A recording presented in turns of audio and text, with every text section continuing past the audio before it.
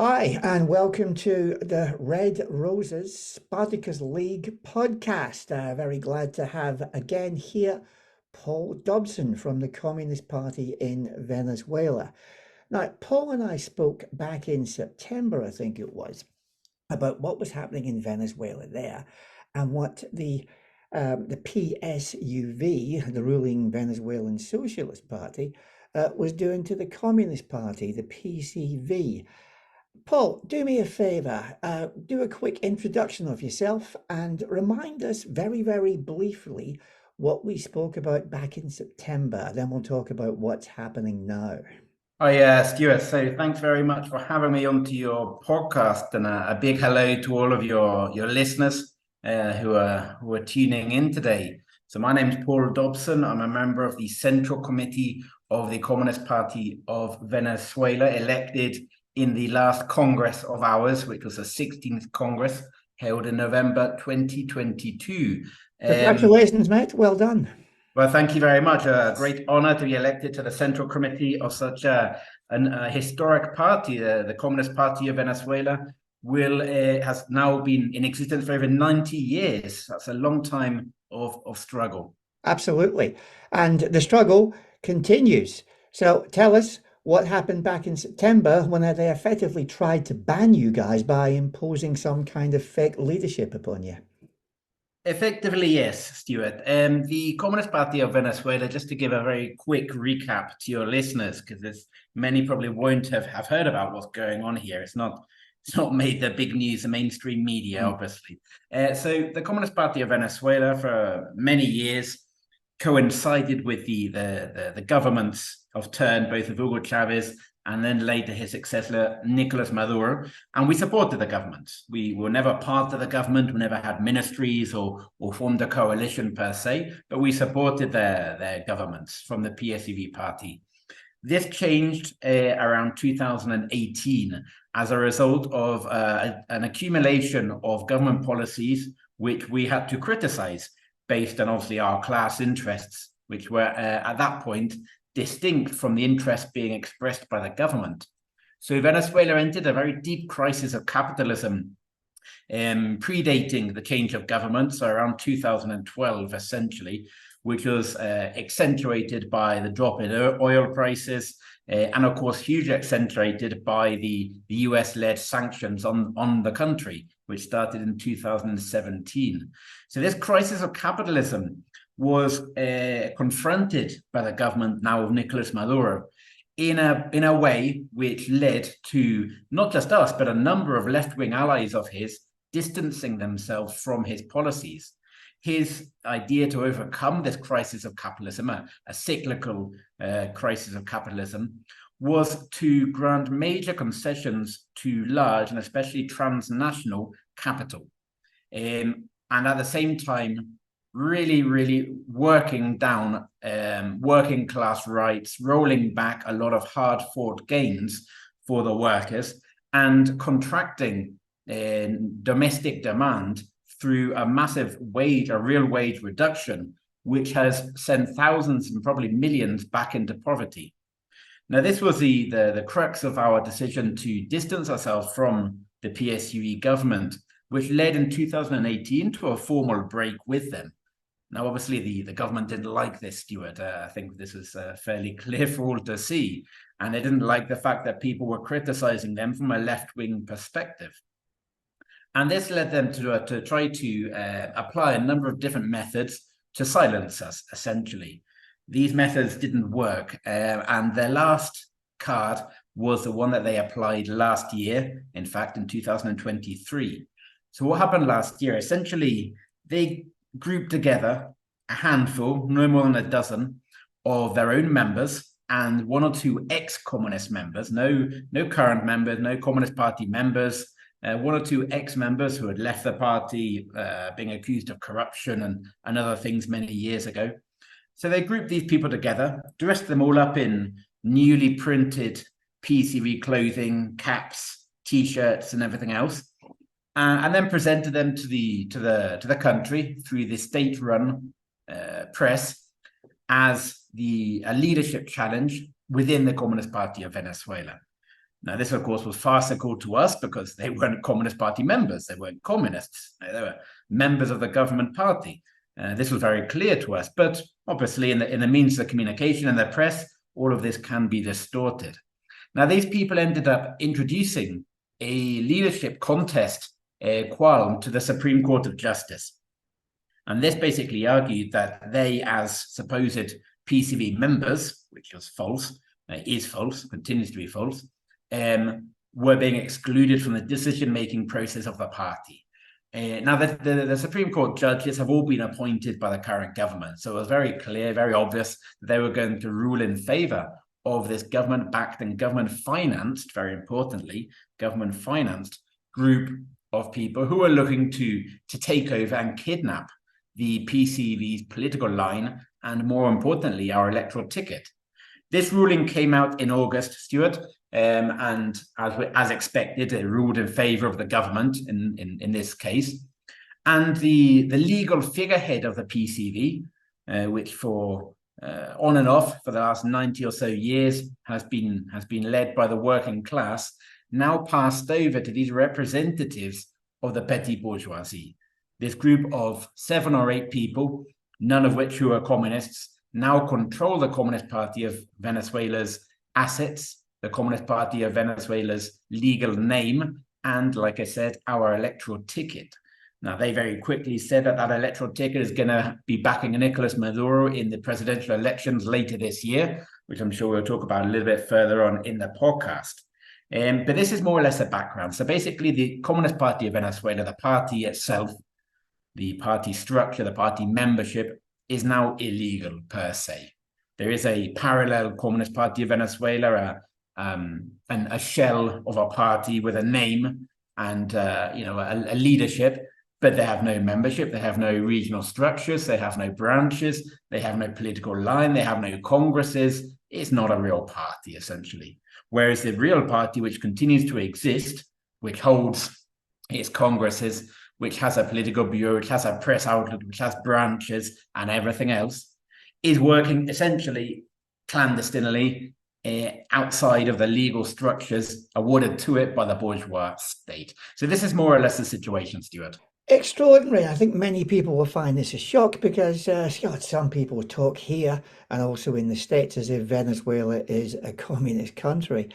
Now, I don't think things have got a whole lot better since we spoke back in the autumn. I see that January 4th this year, on the eve of the election of the new board of directors of the parliament, Maduro met with the PSUV executive and claimed that the assault on the Communist Party was one of his great achievements for 2023. He said the Central Committee of the PCV had surrendered to corruption and imperialism. Now, the genuine communists obviously issued statements countering this very quickly, reminding Maduro that the PSUV and its leaders had been the protagonists of corruption in general and specifically looting schemes across the Venezuelan oil industry for some time. Paul, this guy, Henry Parra, I was reading about, PSUV hack, I see that he's trying to steal the seat held by a communist lawmaker in the Venezuelan National Assembly. Is this true?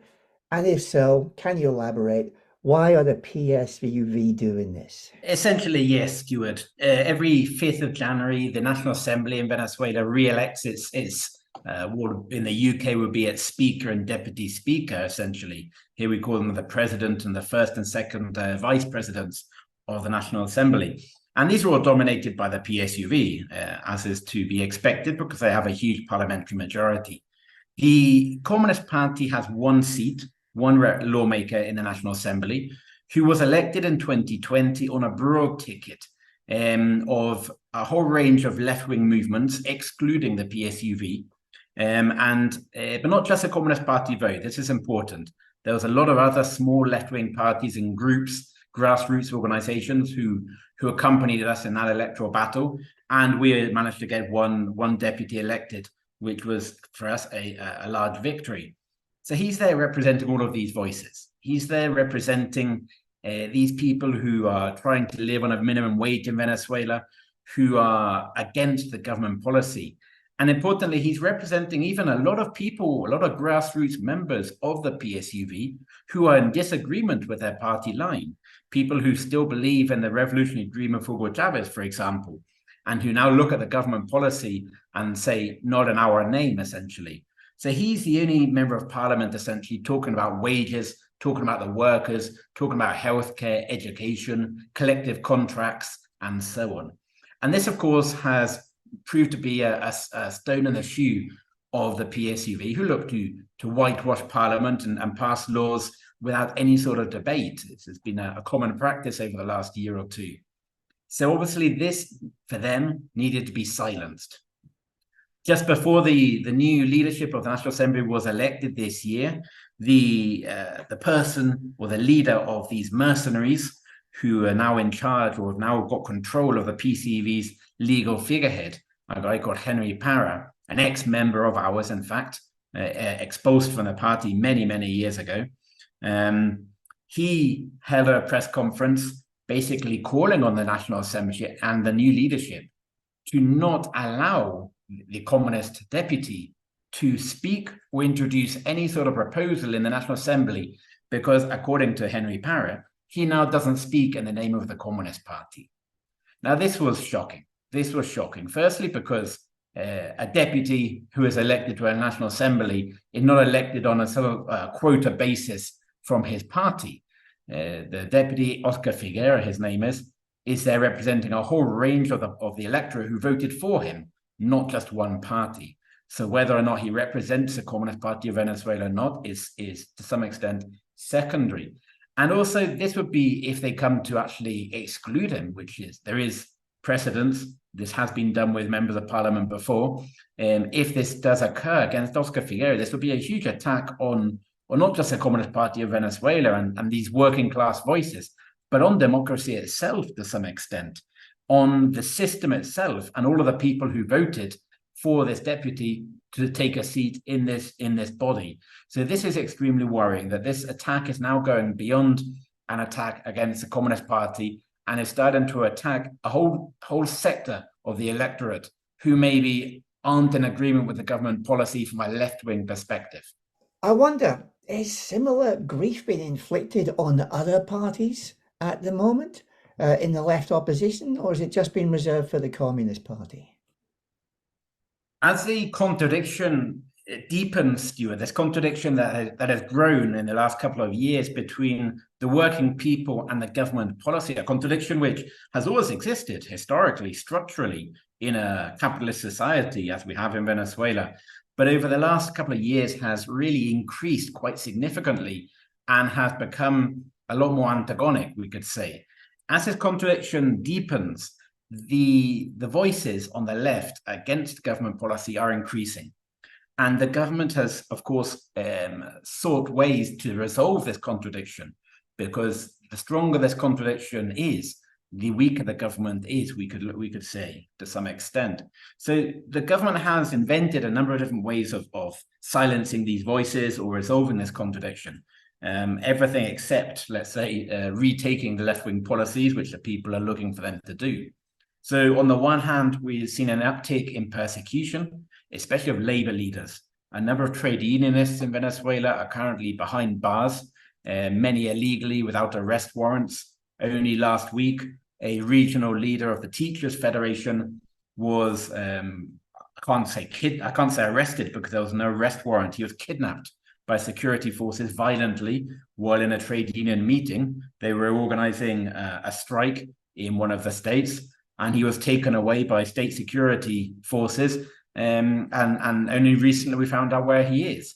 This is a common modus operandi of the state to try to quieten some of these voices. But we can also look at other tactics that they've applied, Stewart, within the PSUV itself.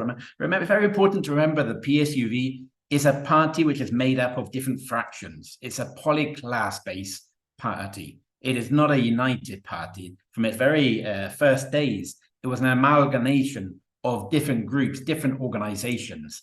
And these fractions continue to have strong contradictions between themselves. So the left-wing fraction within the governing party still exists, but they have been massively sidelined. A lot of their leaders have been deselected from seats, and they've been basically taken out of the policy-making apparatus of the party. And this is another way the state has dealt with these dissident, let's say, left-wing voices from within. Other groups outside of the PSUV have been denied their legal right, for example, to form a political party and contest in elections. One example is the group led by Rafael Uzcategui, what's left of the PPT. For no particular reason, the electoral authorities denied them the right to register as a political party, which is another way the state is looking to quieten their voices. And I think this is very important, Stewart, these elements, because in these actions, we can see how the PSUV and the state apparatus has now contradictory class interests to those of the working class in Venezuela. In these actions, we can go beyond the rhetoric, we can go beyond the discourse, which sometimes sounds so wonderful coming out of Caracas. And we can see in these actions what their genuine, real class interests are. And they are against the trade unions, they're against the organized working people, and they are against left-wing criticisms. Yeah, it's interesting. That takes me on to my next question very nicely there, mate. The PSUV does seem to be making common cause with Cámaras, which is the business federation, sections of the opposing right wing, and also the US government. Now, am I being too conspiratorial here, looking for straightforward corruption and sellout and capitulation to American pressure? Or do they genuinely believe that what they're doing now is the right thing by the country and the Venezuelan working people? Well, I think when we talk about the right thing by the country, again, we have to go back to class interests, Stewart. The economic crisis I described at the beginning of the program, which is obviously a lot more complex than time allows us to go into in this podcast. But this economic crisis, this structural crisis of capitalism, coincided with and obviously had a dialectical causal relationship with a change in balance within the PSUV itself.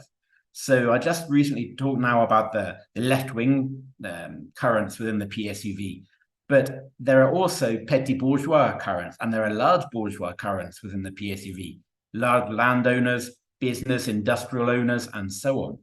And the deepening of this economic crisis coincided with a shift whereby these sectors took over the PSUV from within, essentially, replaced a lot of essentially middle policymakers and then some of the higher policymakers, and really exerted their dominance within the governing party to the extent that today all of the decision-making positions within the PSUV are held by representatives of the petty bourgeoisie or the large bourgeoisie. Here we can see a shift in their class interests from, at one time, especially during Chavez, having class interests at the core of the policy-making apparatus of the state. Now it is the petty bourgeoisie and the large bourgeoisie who are expressing their interests. So this is, of course, no surprise now that we see them making common cause with the business federation, with opposition right-wing sectors, and so on, because they share the same class interests. These policies now in favor of capital, obviously contradictory to the working class and labor, have brought notable applause from the business sectors. There's nothing the business sectors like more than a government which bans a communist party or has it in its back pocket, as is essentially the case now with this false communist party controlled and financed by the government. And we've seen this, Stewart. One of the most notable messages which came out on social media in the lead up to this attack on the Communist Party was a tweet from Cámaras applauding the PSUV government in their attacks on the Communist Party. And this didn't surprise us, of course, but for many it did. For many it did. But in these, again, in these elements, we can see this, the shared interests between the now dominant currents within the PSUV and the economic representatives of the country. I think it's a lesson for all of us that pursue real change. One of the big problems with reformism, and this goes back to the Labour government of 1945, if you leave a ruling class in place, they will resist. They have the means to resist, and they will do so in a ruthless way, and they will assert their authority. Do you think also that they're cooperating now with the right wing because it makes it a little bit less likely that the CIA will lead another coup? Well, I mean, if we look at the US policy towards Venezuela at the moment, there's really no need for them to bring about a coup. Sure. The Venezuelan government today is essentially applying everything the Biden government or even a Trump government would economically within their own company. If we looked at a wish list of the White House maybe 15 years ago for Venezuela, it would look very similar to what current government policy is. It would include tearing up collective contracts. It would include dollarization. It would include setting up special economic zones for foreign capital, whereby they don't have to adhere to local labor laws. It would include driving down the minimum wage. The current minimum wage, Stewart, in Venezuela, the legal minimum wage, is £3 a month. And this is absurd. This is absolutely absurd. The government themselves have recognized that nobody can live on this, obviously. And this would be a key element of multinational capital and its political representatives. We're talking about the White House here, but we could equally be talking about Brussels or the IMF or London, for example. This would be top on their wish list of what they would like to see introduced into Venezuela. And second on the list would be opening up the Venezuelan oil industry and natural resources to foreign multinational capital. And this is exactly what is happening, Stewart. So they've basically got what they wish without the aggro of having to organize a coup. I look at the Venezuelan economy and I see GDP growth was around 4% in 2023, which is better than pretty much anybody in the European Union. And it's forecast to be 4.5% in 2024.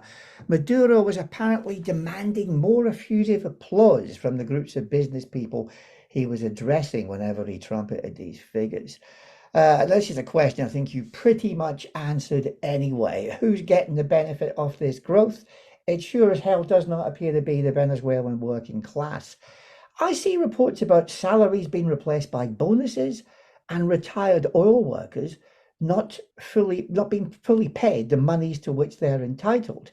So it sure as hell isn't going to the Venezuelan working people. Who's getting it? And to what extent is the PSUV being rewarded by this?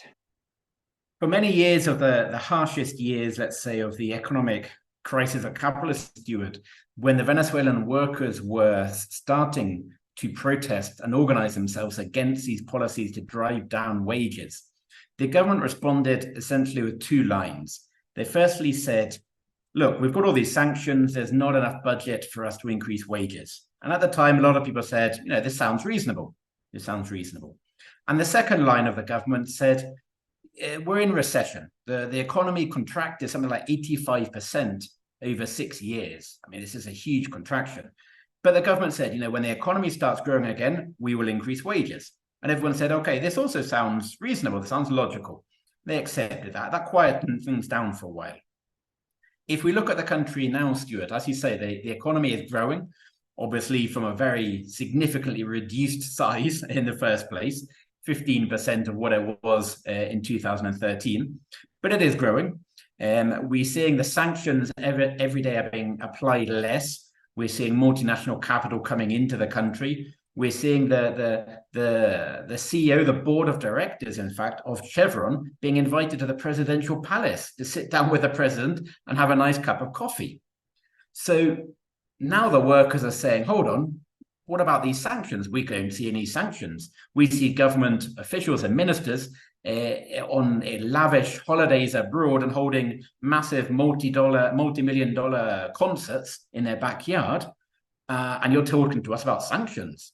And on the other hand, they're looking at their government and are saying, but the economy is growing. Where are our wages?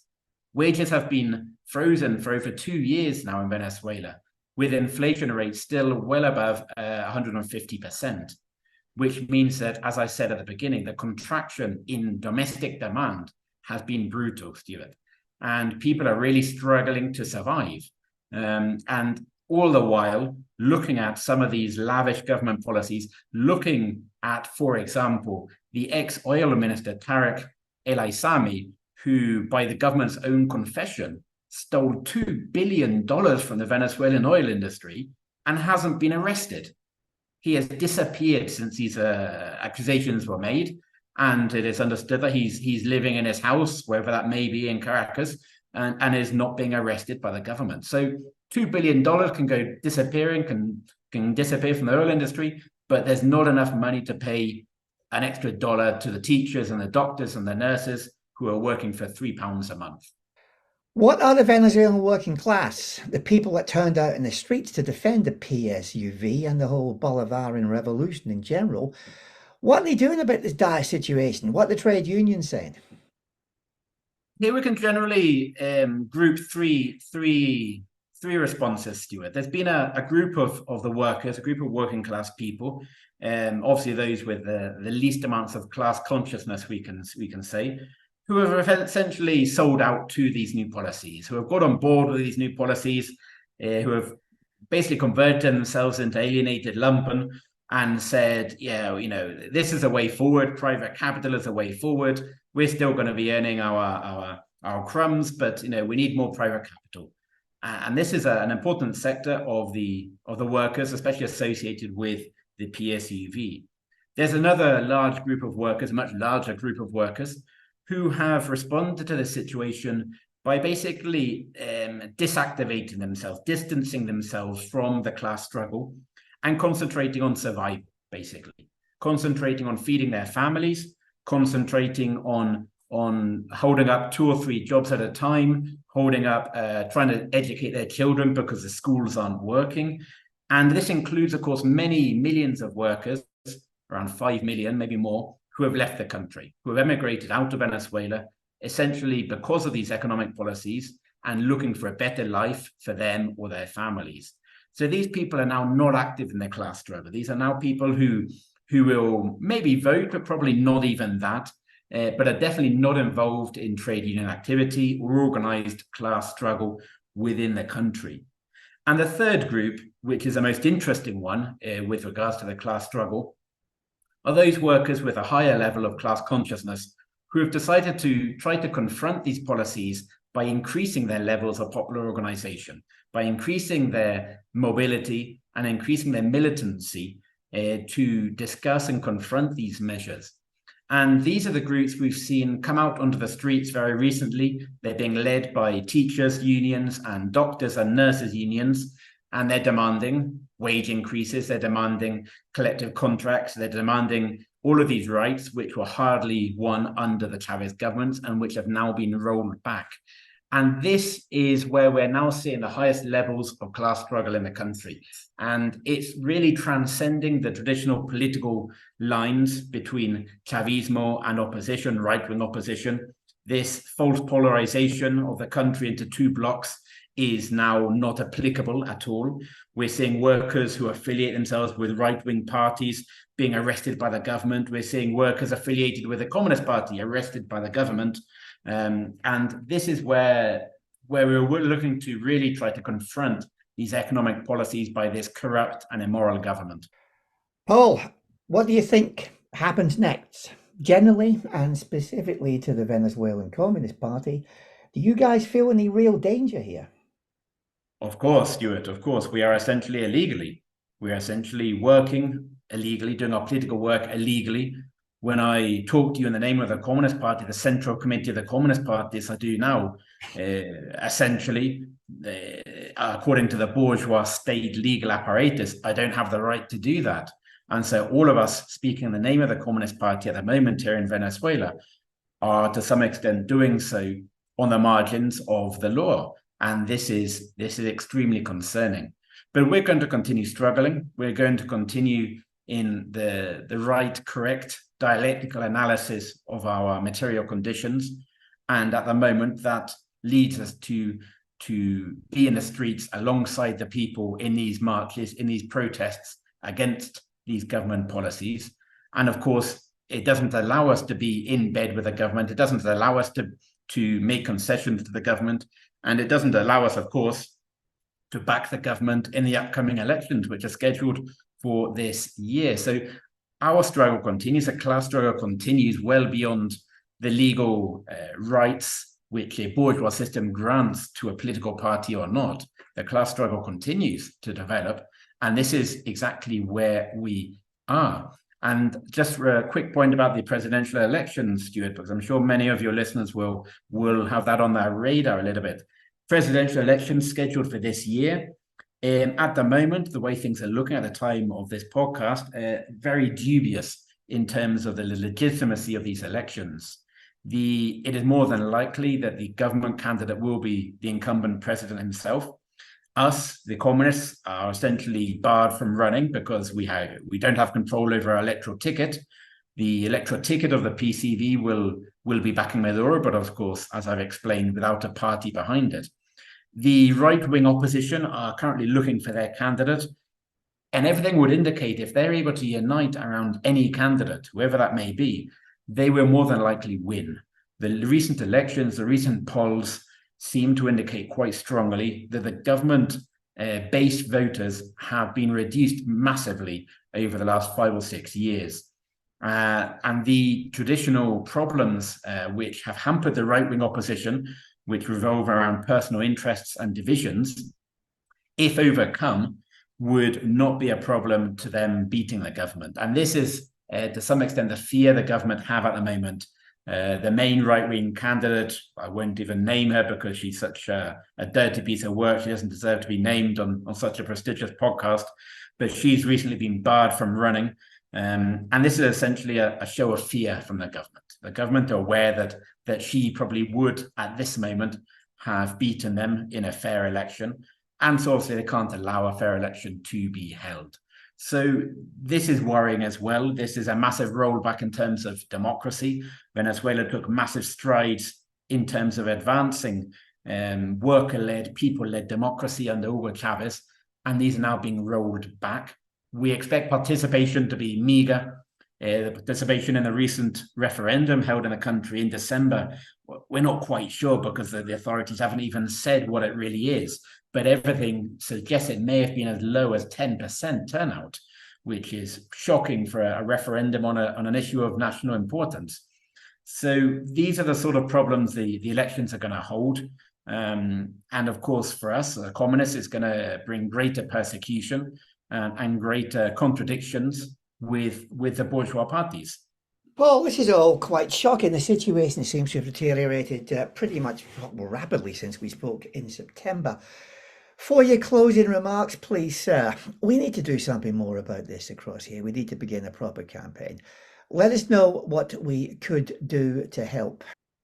Well, I think it's very important, Stuart, for all of your listeners to, my first call will be for them to inform themselves well. A lot of political activists or left-wing activists in Britain and across the world are still to some extent stuck on their analysis of Venezuela from 10 or 15 years ago, when Venezuela was a genuinely anti-imperialist bastion, and we were building or working to build popular power and socialism in the country, genuinely. So a lot of people now need to update their analysis. They need to look at the genuine conditions in Venezuela today. They need to ask why the economy is 85% dollarized, why the government are pushing private capital instead of public state-run capital, and answer a few of these hard questions, I think. Why is a minimum wage in Venezuela £3 a month, for example? So they need to update their analysis to some extent. And I'm fairly sure that when they do that, they will come to some very similar conclusions to those which I've been presenting on this podcast tonight, which may sound slightly in left field to a lot of people. But again, update your analysis, have a look at what's going on in Venezuela today. Things have changed here quite significantly. And importantly, don't get drawn into the trick of believing what a spokesperson is saying from the government. When you hear Maduro talk about anti-imperialism, you have to look at his actions. Do his actions correspond with his rhetoric? Is maybe supporting the Palestinian cause, which is entirely noble and correct, is that enough to now define yourselves as anti-imperialist when in fact you're strengthening the control of domestic capital within your own country? Is that what imperialism is now? Supporting Palestine? I think imperialism goes a little bit deeper than that. Includes that, but goes deeper than that, of course. So don't be tricked by some of the rhetoric. And of course, don't be tricked by these false mercenaries. It's entirely possible, Stuart, that this group of hacks, as you call them, we call them here mercenaries, they sold themselves out for a political victory. It's entirely possible they'll be in London at some point in the embassy or around some of the organizations. They're parading themselves as Venezuelan communists, and of course telling you how wonderful Bolivarian socialism is, a socialism which doesn't exist. So don't be tricked by the rhetoric on any side, essentially, and find out for yourselves exactly, and ask yourselves why the economic conditions in Venezuela are as they are.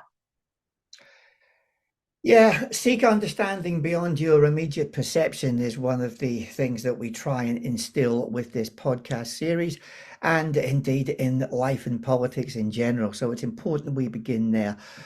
Okay, Paul, as ever, thanks for your time. That's been a very, very good expose and explanation of what's happening now in Venezuela. I will do my best here and with various comrades and indeed former comrades to begin a campaign which will do something, albeit minor, to help you guys out across there, because my God, you do need it. Thank you very much indeed, sir, and good luck. And thank you to everybody who's listened. I'll put some more information about the situation in Venezuela up on the website which accompanies the podcast. So in the meantime, seek understanding beyond your immediate perception. This has been Red Rosa's Spartacus League podcast. Thank you very much for listening. Solidarity with everybody, particularly with the Venezuelan Communist Party. Good night.